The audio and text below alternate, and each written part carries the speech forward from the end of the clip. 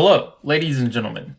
So, before we begin, if you honest to God do not want to look at the leaks, then I don't know why you're watching this video, because this video will have leaks on the gameplay side and on the story side. We're going to look at the gameplay first, and then we're going to look at story. Second thing I want to say is that if you've come to watch this video just to say, oh my word, you're looking at the leaks, you're a terrible person, X, Y, and Z, cool. That's your opinion. You are more than welcome to have it, and thanks for the view, I guess. But as far as the philosophy behind that, I personally do not care. My take on it is that if I want to look at the leaks, then I will look at the leaks, but I'm not going to force them down on anybody else. Me and a few other friends have compiled this Google Drive of all the leaks from all the leakers, and we're sharing them between ourselves. We respect the fact that people don't want to see the leaks, so therefore we do not share it to them. If they ask us, then we share it with them. But otherwise, we keep it to ourselves. We don't tease anyone. We don't go, hey, you're going to love the final boss. Anything like that, because that's just antagonizing them. That's just, egging people on. And ultimately, it can lead people to do things that they don't want to. In truth, like somebody looking at the leaks because they heard, oh, X, Y, and Z happens when it does or does not happen. So, but we're going to look at the leaks here, mostly because I want to give my analysis on them. So I recorded a video like this in the first few weeks of January. It was within the week and a half of New Year's or whatever. And so I reviewed all of the leaks that I reviewed were purely gameplay or aesthetic wise, like user interface or menu, home menu, things like that. I either reviewed those or pure gameplay. Weeks have gone by, obviously, and throughout the past couple days, as of the time of this recording, which is a day and a half before I release it, there have been huge story spoilers. So I was going to release the video where I just talked about gameplay and UI, but there's so much new stuff now that video was just pretty much irrelevant, so I took it down, and so I'm kind of redoing it. That's what this is. But again, so we're going to get into some super spoilery stuff. Let me actually pull up the right folder here. Okay. So I have this Google Drive here. Actually, before we begin, let's talk about the whole leak situation first. So in early December, there was this guy, I don't remember his name, but even if I did, I would not share it. There was this guy on Facebook who stole, I believe, 30 copies of the Xbox One version of Kingdom Hearts 3, and he sold at least 10 of them on the Facebook Marketplace. One of those people, towards the end of January, more so towards New Year's, ended up making a Twitter account and was posting gameplay spoilers of it. This person is known as Kingdom Hearts, or KH, is Life. So they used about 3 different Twitter accounts. The first 2 of them got taken down, and then they got re-up, or they got put back up. But he's had, I believe, at least 3. He had a Reddit, or he had a subreddit thing. I have no clue how Reddit works, but he had a Reddit thread where he took requests that were not story related, just purely gameplay. And he may do videos on those. So he did that, and last I heard, about a week and a half ago, it was suspended. Which is another reason why I deleted my previous video, because I talk a lot about the Reddit, but it doesn't exist anymore. From what I've heard, I haven't gone and checked, and nor do I want to, because I've seen pretty much all I want to see, which is everything. So yeah, a few weeks go by, or excuse me, Is-Life, that's what I call him. Is-Life was doing things from anywhere from the beginning of January up until last week, which would be a week before the game released in Japan. So he still does gameplay stuff, but now that there are more leakers, those new leakers are more so releasing everything story heavy. So Is-Life doesn't really have a reason to leak gameplay anymore, because everyone's looking at the story stuff, and even though that they are spoiling story stuff, they're also spoiling some gameplay, like final boss, like actual footage of the final boss and everything else. So His life is kind of done from what I've seen. I haven't seen him upload anything else ever since a few of the new people came in. Hold on, I'm plugging up my computer so it doesn't die mid-recording. Okay. So, but then there was his life, and then it was he and his brother specifically that were playing the game and managing the subreddit and everything else. One of them was a diehard fan, the other was a casual, so there was a lot of misinformation about which one of them were speaking on subreddit, which one of them was talking on Twitter. So a lot of people got the impression that he was just straight up lying to some people because at with one post he said he really loved it, and another post he said it was all right for a Kingdom Hearts game. But that's the reason is because because there were more than one people behind the account.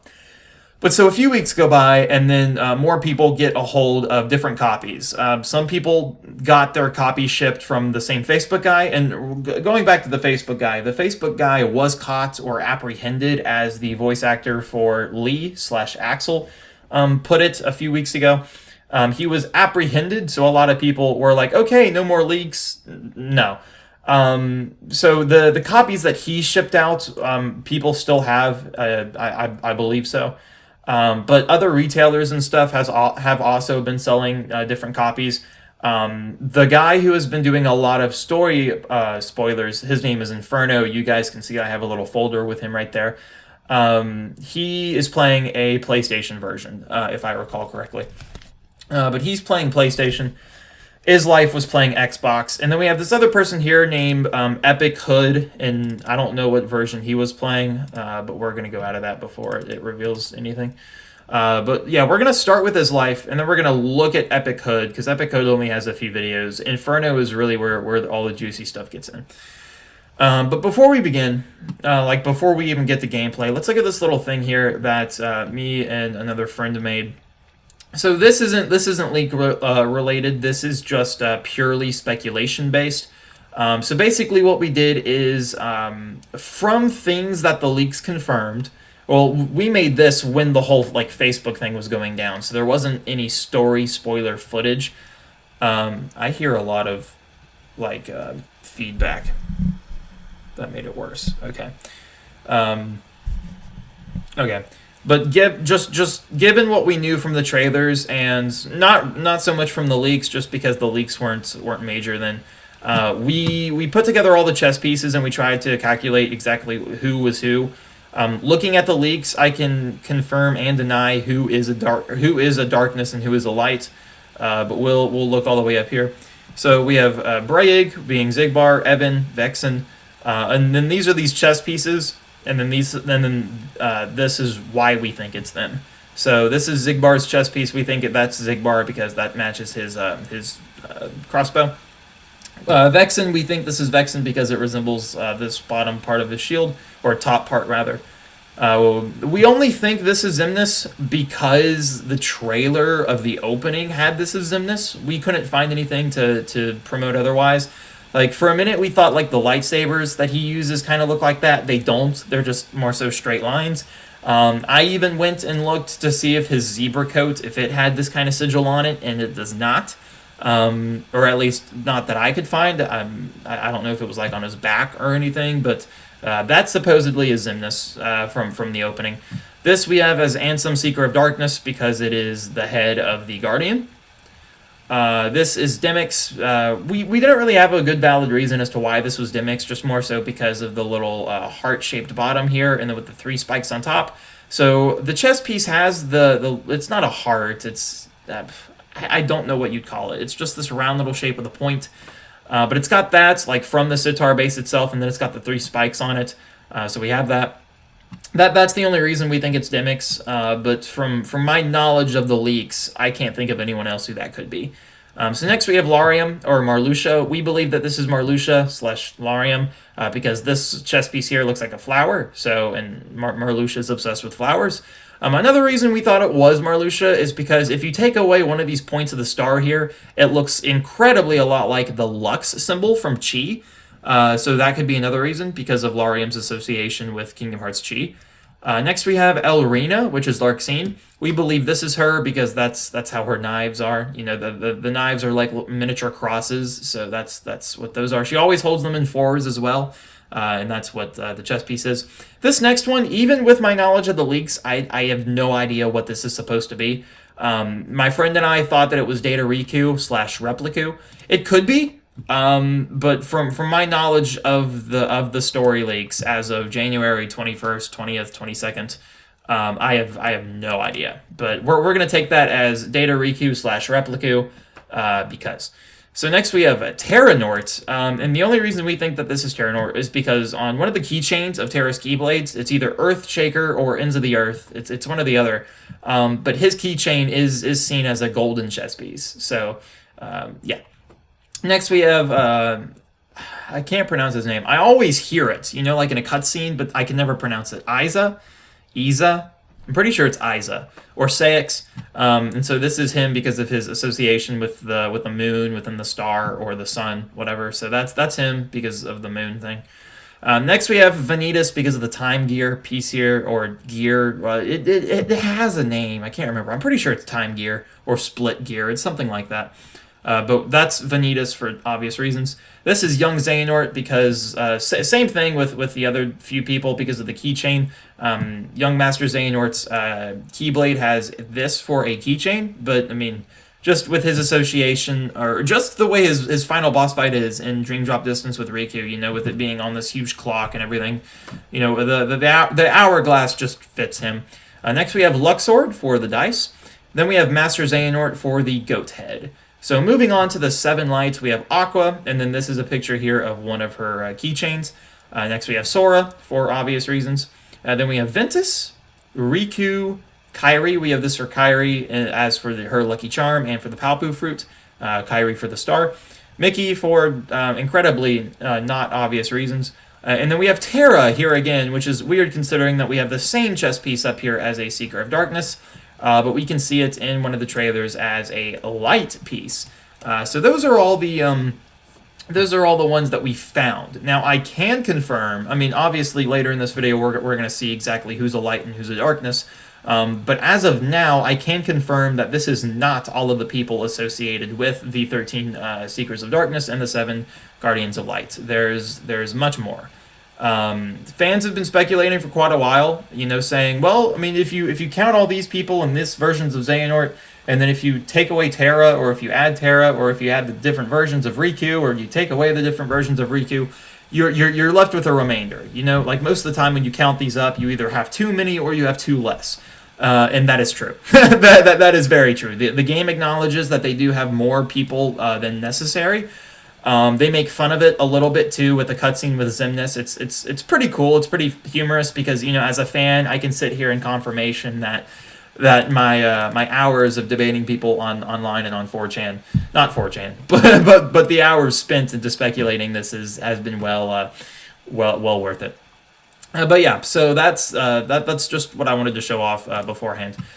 So let's get into the gameplay. So like I said earlier, I already made a video of this, so I've already gone over all this gameplay more than once. So I'm kind of meh about it, but we'll look at it, in whatever. So we have a super boss here, which I'll show at the end just because spoilers.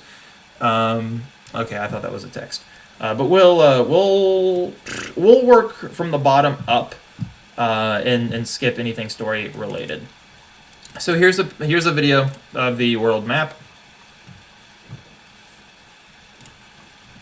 IsLife also was not recording from a direct feed for the first week and a half, maybe 2 weeks of him leaking. He eventually got a capture card, or he just figured out how to do it. So some of this footage will be from a mobile device, and then some of the other footage will be from direct feed. But a very minority of it is direct feed. But we just have a video here of world map. You can make out some of the worlds here. This over here is Tangled. You see the tower with Tangled's hair around it. This right here is Olympus. Back here is Twilight Town. You can kind of make out some of the other ones. I think this is Toy Story all the way over here to the left. We'll see in more videos which world is which when we see the completed world map. We actually may have gotten to see a highlight there. Toy Box. That's Toy Box. Oh. And then he doesn't look like he's unlocked the other worlds there. Yeah, Kingdom of Corona. Yeah, the names aren't there. So, but that's that. He's going to go to the Kingdom of Corona, it looks like. He's got to do his gummy ship. And that's another thing. Like the gummy editor, the gummy ship menu, it looks a lot like Kingdom Hearts 1 in my opinion, or Kingdom Hearts. It looks like Kingdom Hearts 1 if I'm remembering Kingdom Hearts 1's gummy ship correctly. But it in terms of customization, it feels like Kingdom Hearts 2, or vice versa. I can't remember. I never did care for the gummy ship. I liked it in 2, but I hated it in 1. The load screens for this game are terrible. Okay, so here we see a little snippet of Sora and Co. flying away from the world, which is super cool. And then into this, I mean, like, this looks like some open world, kind of like Gummy Ship gameplay. Like, this is absolutely fantastic. It reminds me a little bit of Starlink, Battle for Atlas, the Switch game. Now, I've only played a handful, just a little bit of that. But from what I've played, this looks like a semi-downgraded version of that. And I mean, considering that you have all these other worlds and stuff to explore into, it being a downgraded version of Starlink makes a lot of sense, just because there's a lot more, or a lot other work put into the worlds themselves. But yeah, so he's flying around here. Yeah, this looks open world and everything. It looks absolutely fantastic. And then here he enters one of these streams, which I assume, excuse me, takes you directly to another world. So, but that's definitely a step up from Kingdom Hearts 1 and Kingdom Hearts 2. I still suspect there to be some sort of like a battle portal, or not a battle portal, a world gate like there was in Kingdom Hearts 1 and Kingdom Hearts 2, like a little mission that you have to do between worlds. But yeah, so here is some Twilight Town gameplay. We see Sora running around and all.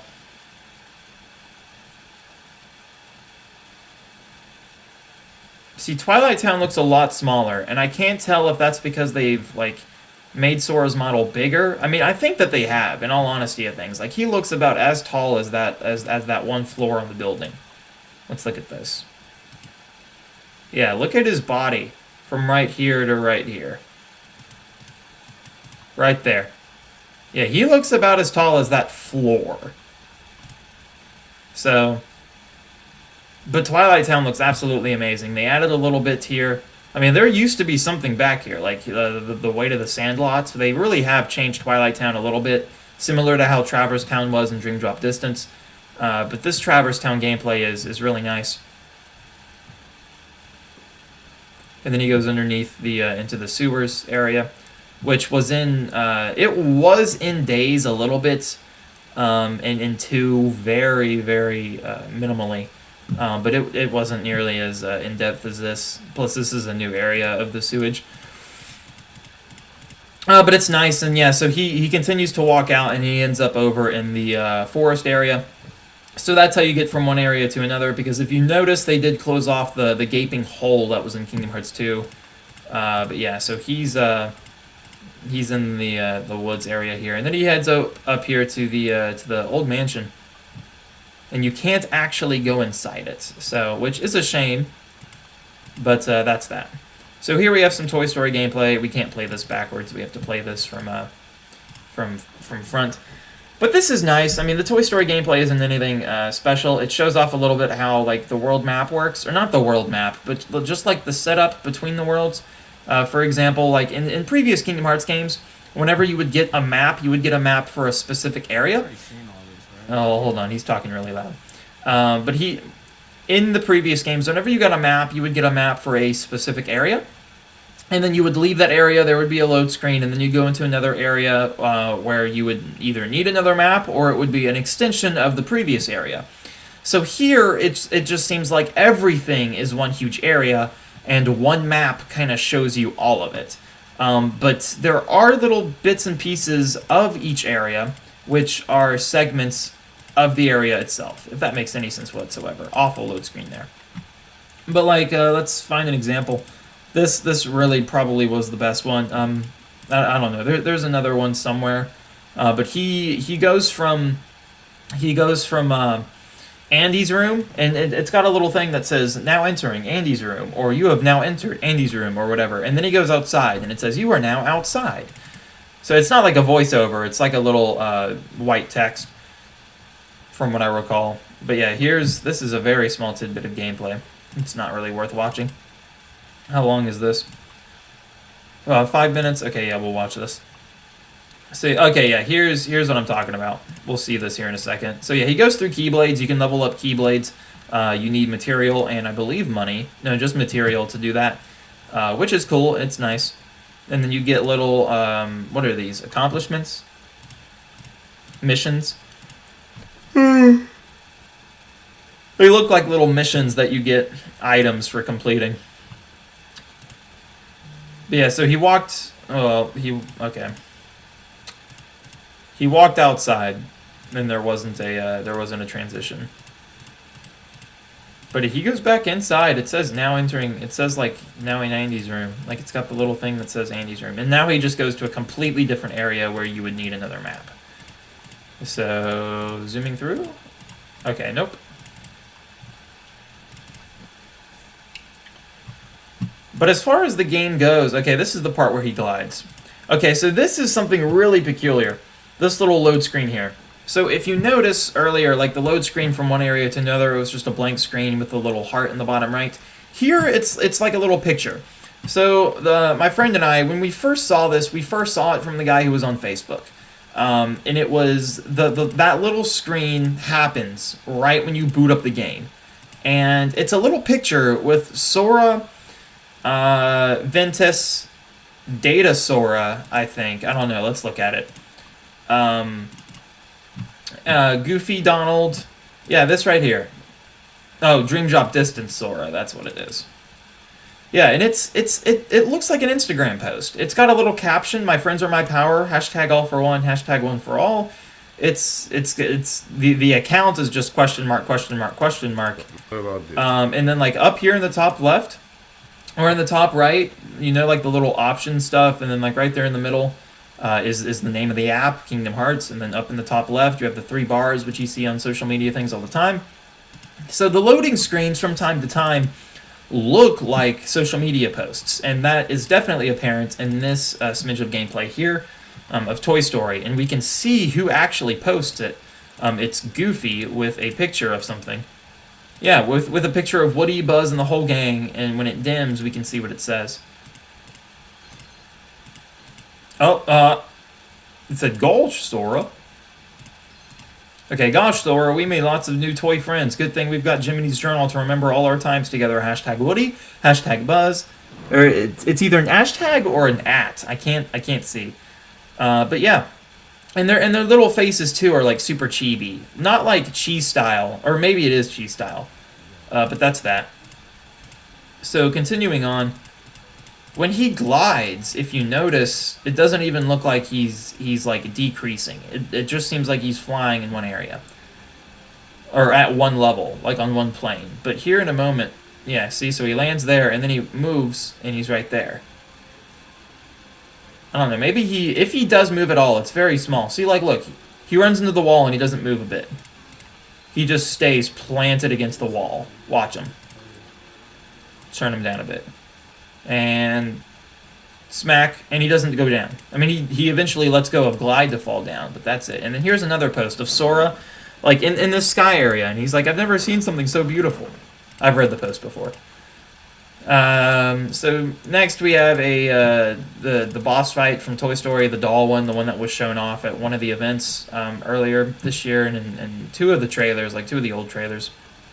It's just the doll boss fight. It's not anything super big. It's a Heartless. It's just a super boss. Then we have a battle portal thing, which they brought back from Dream Drop Distance. If you don't know, battle portals were these like little missions where you could accomplish, or that you could accomplish by defeating enemies at a higher difficulty. In Dream Drop Distance, when you do those, you'll get material to level up or to evolve or to make new Dream Eaters. So that's what the purpose of that was in Dream Drop Distance. Now it just seems for an accomplishment of sorts. But the battle portal seems to be all of these T-Rex Heartless toys. But yeah, that's that. So similar to Kingdom Hearts 1, or excuse me, similar to Kingdom Hearts 2, and they officially showed this off in one of the older trailers. Hold on, let me check this text here, make sure it's not anything important. Did that boss eat you or something? Nope. I saw the final boss, and I was telling my girlfriend that, so it's probably what she's referring to. But in Kingdom Hearts 2, you can access something known as Anti-Form. So Anti-Form works some sort of special way in Kingdom Hearts 2. I know how it works. I just don't want to go in depth about it because we have this. And they showed it off in one of the in the 2 minutes. It wasn't a trailer, guys. It was a commercial. Stop calling it a trailer. But they showed it off in the 2 minutes commercial that was present during some sort of Japanese sports game. But they showed for a sneak peek of Rage Form. And if you notice, a lot of Kingdom Hearts YouTubers covered it, like they reacted to it. And as soon as they saw Rage Form, they're like, "Oh, yeah, that's Rage Form. We know what that is," because they saw the leaks. So, it's a bit weird considering that they were like, "Guys, don't look at leaks. Don't look at leaks. It's the bane of your existence." And then they look at leaks. Like, looking at them because you're curious is one thing, like I am. But telling people, "Don't look at them. Don't look at them. Don't look at them." You got to go off the internet for 6 weeks, guys. It's a bit much, in my opinion. But yeah, so we get some gameplay here of Rage Form.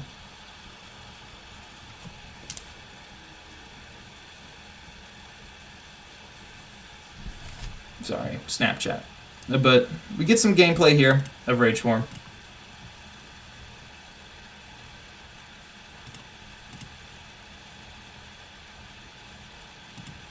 Oh, this is 6 seconds long. We're not going to look at that. But we see it in different areas here. Yeah, that's No Mansion. Or here's a clip of Twilight Town and him not being able to go inside the mansion. Here is Riku fighting Demon Tower. If you don't know what Demon Tower is, it's the huge tower of Heartless that was shown in the very first clip of Kingdom Hearts 3 in the very first trailer. And it was a boss in Kingdom Hearts 0.2. A fragmentary passage. Birth by Sleep. Well, Kingdom Hearts Birth by Sleep, a fragmentary passage 0.2. But Riku fights it. So his first Keyblade apparently breaks because of this thing, but I haven't seen any footage to confirm that. So we're going to pause this for a second. But yeah, again, I haven't seen any footage to confirm that. We're going to move my mic down a little bit. We have the Aqua boss fight. It's just the gameplay of it. It doesn't show how it actually happens. I'd rather not watch that because I have the full cutscene of how it happens later, so we'll do that then. Then we have footage of Scala at Kylum. He skips the cutscenes and it gets into the whole final boss thing, so he kind of has to stop recording, so that's not worth looking at. Gummy Ship, another battle portal, more leaked gameplay of the Demon Tower and Aqua. Olympus, which we see Zeus here. We'll look at Zeus here.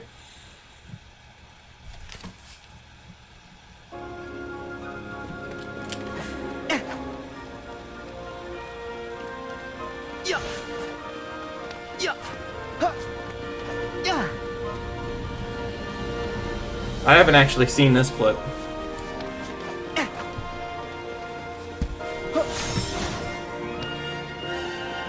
Turn that down.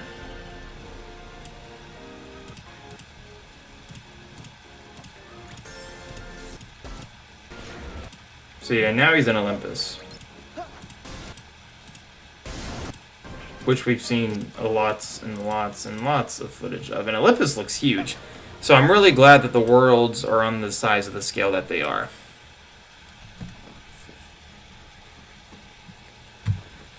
But moving on. Let's see here. That's, what is this? That looks like Tangled.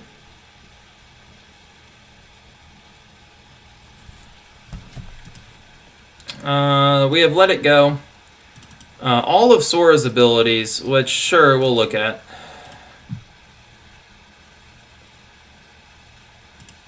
Things like Glide and combo extenders. I'll let that run for those of you who are interested in looking at the abilities. I won't go in depth in looking at them. There are lots of flow motion ones that all activate the same way from what I've seen.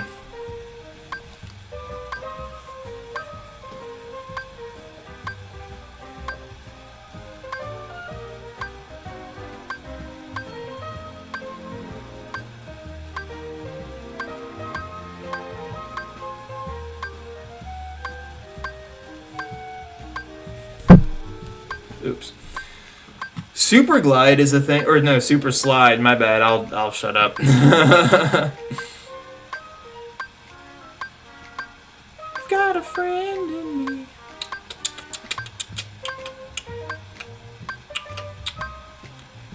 You've got a friend in me.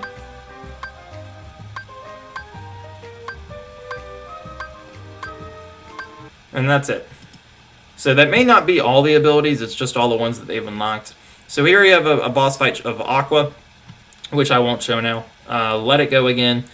Footage of the Starlight Keyblade, the menu, more Gummy Ship gameplay, more Gummy Editor, a finisher, Frozen gameplay, Frozen Battle Portal, Super Boss, Big Hero 6 treasure hunting, which is one of my favorites amongst his life's footage.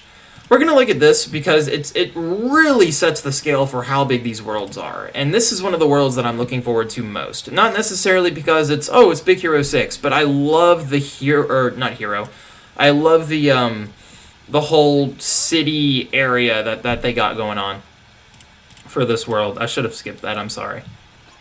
But yeah, the city. Like, this thing is huge. It's really nice. You can only access some of the districts, like south, north, east, west. I don't think you can actually go to east to west. I think you can only travel between north and south. But there are a few locations where Hero won't actually let you go. He'll call you on an intercom and say, hey, you can't go there. But it's really nice. Just the scope of how big this world is. Not just in like look at that in height. Like that is, and then gliding. Okay, see like right here, this area, it's blocked.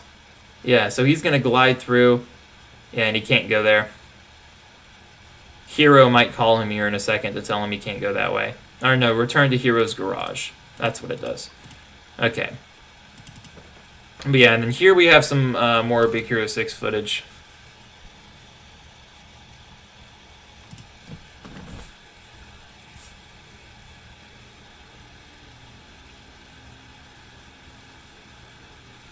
Hero actually will call you on the thing here.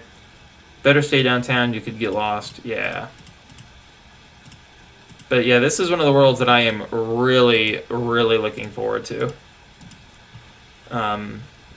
Okay, so yeah, moving on. That's pretty much all the interesting things from his life.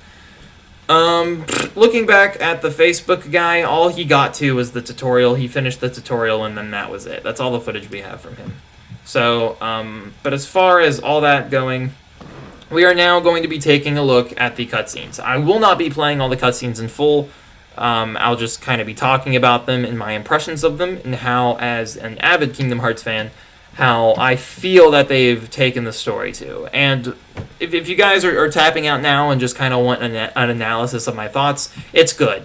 It's not like Dream Drop Distance confusing. It's good. Everything that I've noticed is simplified. Now, when I go back and I think about it, a few things don't necessarily make sense, but they don't have to because on how small they are, if that makes sense. It's nothing like as big as a retcon as like, you know, 0.2 is in the grand scheme of things to how Mickey became shirtless at the end of at the end of Kingdom Hearts 1.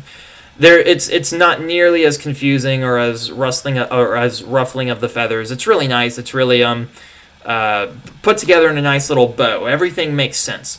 Aside from three things. Which I'll get into later. But again, I haven't played the game. It's just my collection of thoughts from the leaks.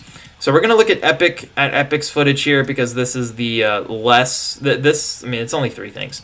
So this clip here is just Goofy messing around. I never even bothered naming these just because I was Goofy messing around, which is that. Yeah, that's it.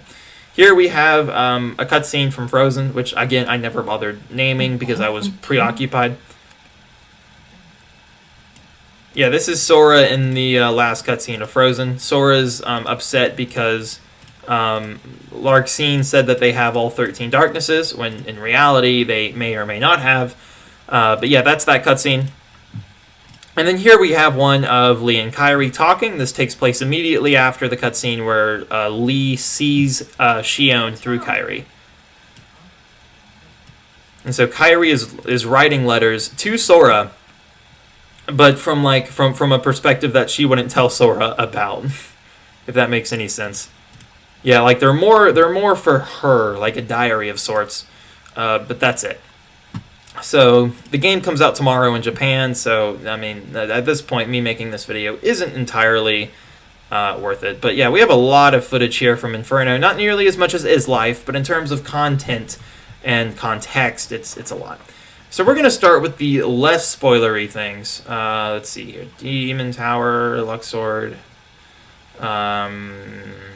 Soren, the Faded One, Vanitas, Ven. Alright, we're going to look at this. We're going to see who the hooded figure is talking to Saix.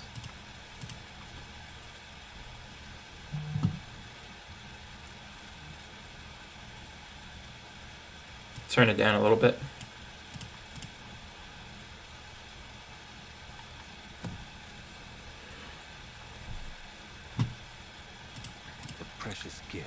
I mean, straight from the audio, you can know who it is, but they reveal who it is and why they're back. Of course, it was a place he gave Greece writ. No. Place Sparta's rich tiny thankful to the sea. Dun dun dun.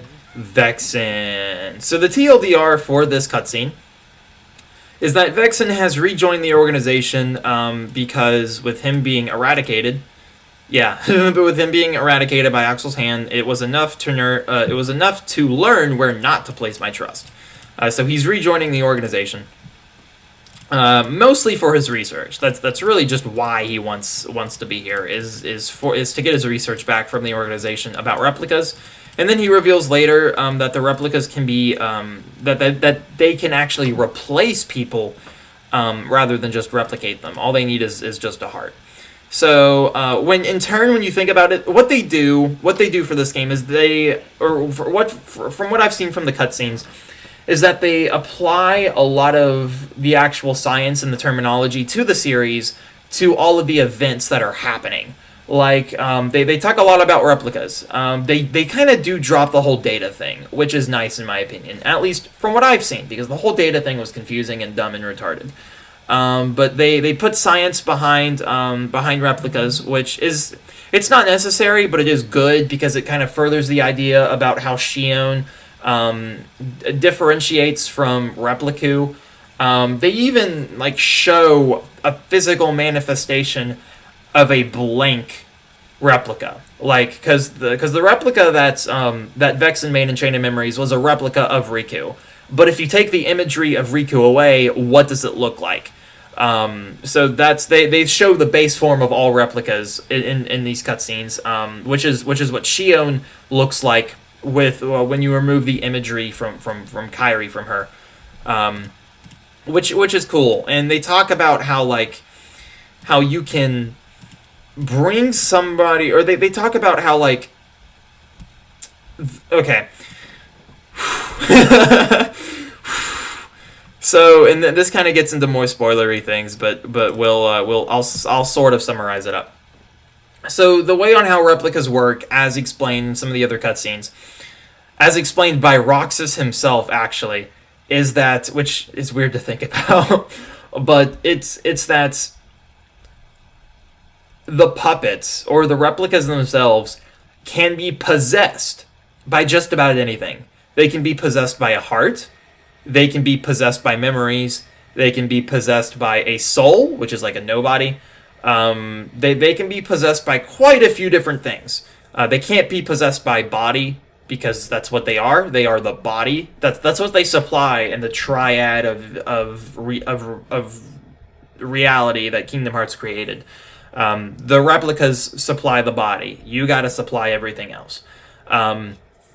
So Roxas, because he's a nobody, he grows his own heart, but by definition, Roxas is also a soul. So he can supply the heart and the soul. All he needs is a body. So he comes back by possessing one of the naked... Sorry, I didn't mean to hit the mic. But he comes back by possessing one of the naked replicas. And he gets his heart in that time span by actually time traveling, because a version of him exists in that future, being Sora. So technically, he can exist as long as he wants there because he has a body. From as far as I know, from time travel shenanigans, they do keep it, the whole time travel thing, which I'm not proud of. But they don't emphasize it nearly as hard as they do in Dream Drop Distance, which is good. That's also how Shion is back, is because she was actually brought back, I think, by Vexen. There's Riku's. As far as I can tell, there's only one Riku. People speculated Data Riku and Repliku are back. I was personally on the whole Data Riku side of things. I thought Data Riku was Norded. I haven't seen any footage of Data Riku. I've seen footage of Kingdom Hearts 1 Possessed Ansem Riku. So yeah, that version of Riku time travels, because that is a version of Ansem. So, or excuse, yeah, well, yeah, that is a version of Xehanort. By extension, Ansem. So he can time travel. So he time travels, and he is a part of the whole. I don't know if he's a part of the 13, but he's a part of the whole 5, or he's a part of the final battles leading up.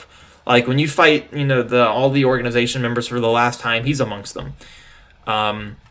They have Ventus waking up, which I won't look into just because it's a great scene. I'd rather have that experience for yourself. Then we have two really comedic scenes here with Vanitas, Luxord, and two Disney characters. So we're gonna show the Vanitas one here first, Vanitas! which is cool. Okay, this part right here. Sora's unable to defend himself. Yeah, right here. So Vanitas is trying to complete himself with Sora. Or, excuse me, with Ventus. And they're right behind them. Yeah, this is absolutely great. I laughed so hard. Yeah, look, he just picks him up. He just picks him up.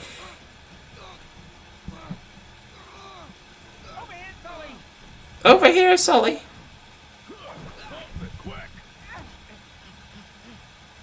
They just throw Vanitas around like a rag doll. It's great. And then we have another one with Jack Sparrow and Luxord here.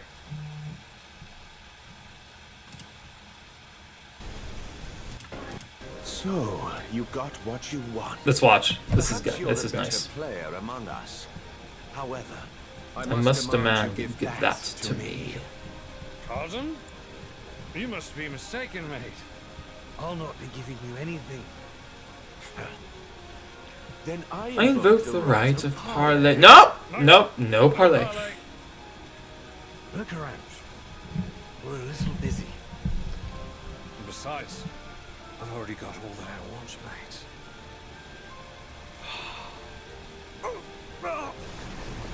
mate. And then he just falls off.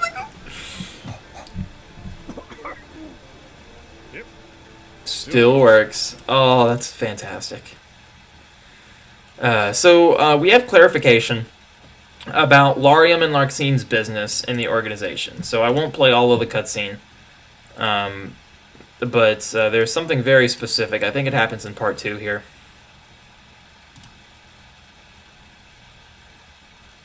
It's Xemnas' dialogue specifically. And panic leads to a lack of Yep, again. the first apprentices. Okay, here we go. Members of the original. Ms. Rude. The first 6 members of the original organization were all apprentices to Ansem the Wise, and the 7th and 8th members joined thereafter. The 13th member was Roxas, a Keyblade wielder. So, what about you? How do you suppose I chose numbers 9 through 12? Because our hearts are uber powerful. Wrong. You have been brought together for another purpose. what? So that we can rot away on the bottom rung. Excuse me. You're in 2? What is this, organization rehash? I happen to play an important role. No one benched me. You were listening? So not cool. One must hold one's cards as long as necessary. What important role? That stupid box that Zigbar claims is real, but won't tell us a thing about? Which is important. You'll just have to ask Zigbar that. Now then, Semnus. What is this purpose? You didn't invite us back for old time's sake.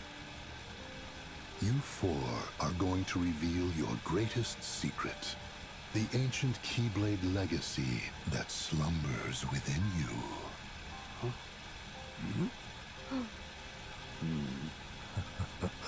Which is nice. So, we already knew that Larxene and Marluxia were involved with Chi, but now we know Dimix and Luxord do too. So as far as who they are in Chi, I don't think it's been revealed. I can't think of any characters whose name makes up an anagram of Dimix and Luxord. Furthermore, as the final battle cutscenes will show, which I'm not going to show, but this has been something that I think a lot of people have struggled with. I mean, just because of the way that Kingdom Hearts paints it, like Kingdom Hearts is the series, but Xemnas and Ansem Seeker of Darkness are their own entity. They're their own. They're not their own person because Kingdom Hearts has a term for person, but they are their own entity. They have different thoughts than Xehanort. They have different desires than Xehanort. Are they a form of Xehanort? Yes, but they're different.